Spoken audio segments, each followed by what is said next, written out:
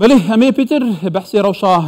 لروشاوای کردستان و باکوری روشالات سوریه بکن. بریس رزگار قاسم نونری انجمن سوریه دموکراتیک مساده لألمانیا گلمه و هفدم او سروی که تفجر نوجن یا کردستانیه ج دورتموند گلمه. بله دماتا باش به. ایدی گرینگ ترین بویا رو پیشات بوده چیه کده سال ها و ساله ده کوچن ده مجموعه مای امده خاطر خاله خازین چه گرینگ ترین بویا رو پیشات بوده چه بویا کل سر آستی روشاوای کردستانی سوریه چه ببود. بله دم باش سرسانه و تماشاوان گلی کرتبا پیروز دکم. بگمان ده سالا ای سال ده یا ام آنا بداوی تینن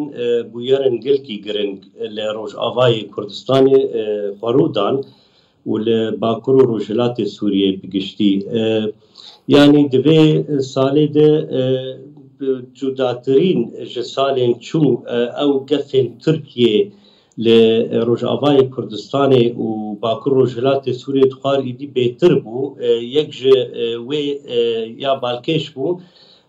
بدستخستنا لمپاکس بو پیک آنینا درونا لدش ولات پاريز و هيزن ما وحتى سفيلين كرد بيك آنين بشكل برنجة كي خرد يعني أفجار كم تركيا بفرنجة خرد درونا بيك دينه بيجمان بيشتي أبيكا بيشتي نبدس خستنا لمباكس جبو درباس بينا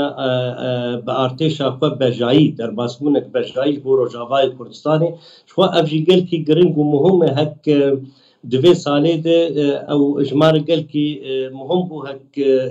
گرنگ بوجي هك تركيا د چندی دیپلماسیا خو او چندی سیاست خو اجدر و بارگرانیا خو داوی سیاست هک لمپاکس بدسکه جبو وان ایریشن بجایی چه هوایی چه بجایی بدست چاوا دما افرین داگر که حتی سرکانی گرسپی اوان نکاری بو بدست او جمار گل کی گرن بو يعني أذكرهم ذيك في نقطة مهم بجمارة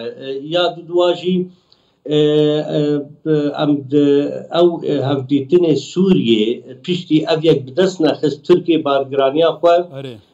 دا هفديتنا سوريا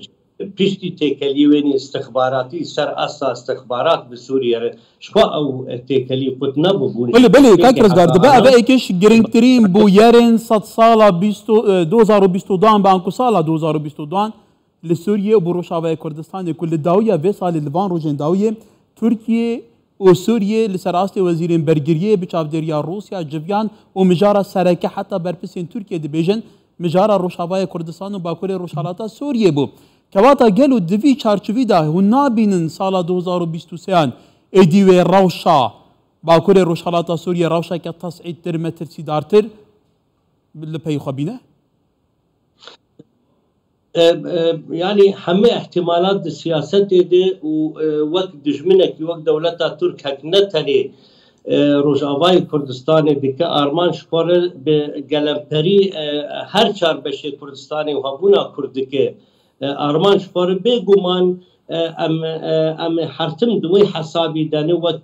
مسد وک ربابریا خسر وک روجاوای کردستانی و هزر قصد ام حرتم دوی حسابی دبنو ام وی حسابی البرد شعب دینن هک و ترکیه ایریش بکه لی دنارينا مد وقت انا ما اماجه بيكر د اي سال د وقتي نكاري بولا باكس بدسخل د برد بروسيسا سوري ابو يرن سوريا هك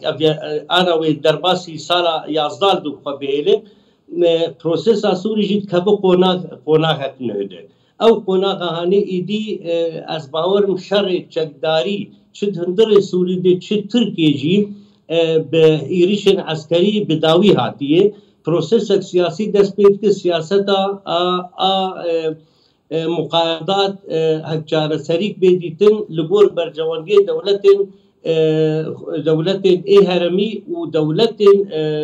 هزن ناب دولتي السوري هبونا خود بينن چه أمريكا بچه روسيا بم او ما ترسيا أنا وأما جا بيكر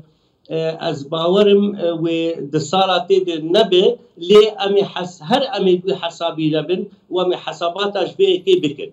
بله امریکا جابونا هي لسوريا بتاعت لروشافا كردستان باندوريا وجهه كواتا جبلي روسيا كلام بحث ايران بكين بحث امريكا بكين بحث ولاتين كان دابا عربيين ولاتين اوروبي بكين قالوا ده هالويستوان شبي صبراتي ابان بيش هاتان يعني دوی كدش خو محور استانا از كارم بيش محور استانا محور كي جبو برسا كردو جبو ديتنا چارسريا سیاسی جبو سوری بگشتی و بتایبت جبو پرسا کرد محوره کی نجدیه و لدش ویکی کار دیگه هبونا امریکا دنارینا من ده هبونا امریکا دنابچه ده هبونك استراتيجية خاص بيشتي او هبديتنا بايدن وهاتنا بايدن جبو السعودية و لجدل او اخافتنا كرهك امريكا ودنافچه د منطقه بگشتي د وهبونا خوي عسكري جيب بك وبيتر خرد بك او زيجنالك پر مهم بو و براستيجي بيشتي فيكي امريكا هزي خواني عسكري لروجافای کردستان و لباکور و روشلات سوریه ولی کای کرزگار سبارتی پیوندین و دگل شامه بیگمان حتی ناجی بیگمان روجافای کردستان بشکه لسوریه گلو هولدانی و هنج بکو دگل شامه بجوین و پرزگیری که چاره سر بکن و برسوا شامه هیه يعني ما بخوا او ديالوج وك مسد وربا بريا خسر او دانوستندن هبون اللي ندقيها استا جارسري بيديتن جبر شام وحكومه ريجيما سوريا نبدسي فهي ريجيما سوريا كومبارس نكارت جارسري ببينه او دوان دانوستندن ريجيما سوريا هردم تكز ذكروا بويتا خوازدانوستان دن دكر هك وگر بري 2011 وبدختا روسي يعني اف ايريشن اف تهديد تركيا لسر روجافای كردستان دكوي وي خلقا هل بلافكرنا رولاند نابرا ريجيما سوريا دي نابرا تركيا دي نابرا روسيا دي يعني بگشتی وقت انا ماماجه فکر محور استانا بله كاكي رزقارا كبرسا ما يداوي او با بيگمان هون دزانن اسد و اردوغان دو دجمنين هفدوين سرسختين 10 سالين درباز بيبون ولا رافشا سوريا تدي تشابو او گشنا هفدو صبارتي دبا برسا اساسي جي بزارا روشافای كردستان با كواتا ديالوغا كردي گلو دي چپ سرگيت بيوستا كرد دور چپ كان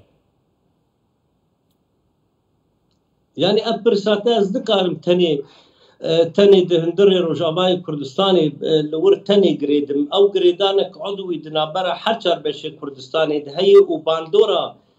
بارتين